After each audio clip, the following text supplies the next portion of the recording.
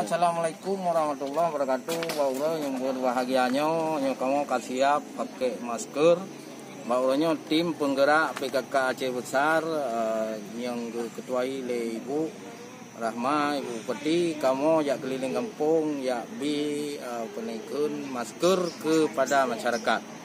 Alhamdulillah dalam rangka kita yang mencegah COVID-19 yaitu virus corona, Aceh Besar tanggap di segala lini. Mudah-mudahan masyarakat lebih peduli kepada aturan-aturan yang diterbit oleh pemerintah daerah khususnya Aceh Besar.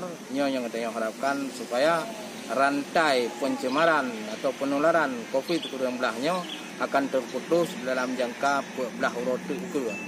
Alhamdulillah Allah tak puja ni bauronyo kamu kerja muja usaha kerajaan nanggro ya bagi maskernya wahai saudara tim penggerak PKK Aceh Raya truk rata tago kamu ya himbau pak masyarakat dumna mudah-mudahan bandum getanya penyakitnya Aceh bekna.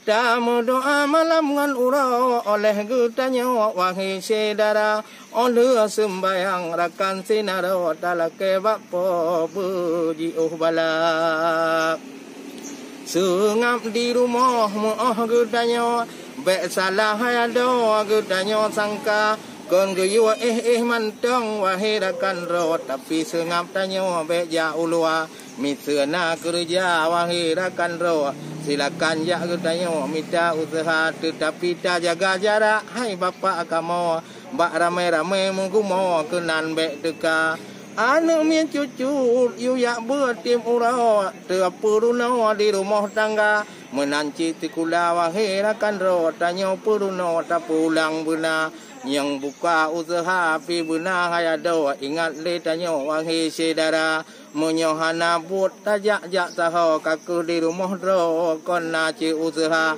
nyo ko yang penting paling tarubo dalam rangka mencegah nyo tanyo kerja mudah-mudahan penyakit beto di nanggro tanyo usaha pihna eno mentong dari ulun tuan ya bagi masker dari tim penggerak PKK Kabupaten Aceh Besar. Assalamualaikum warahmatullahi wabarakatuh.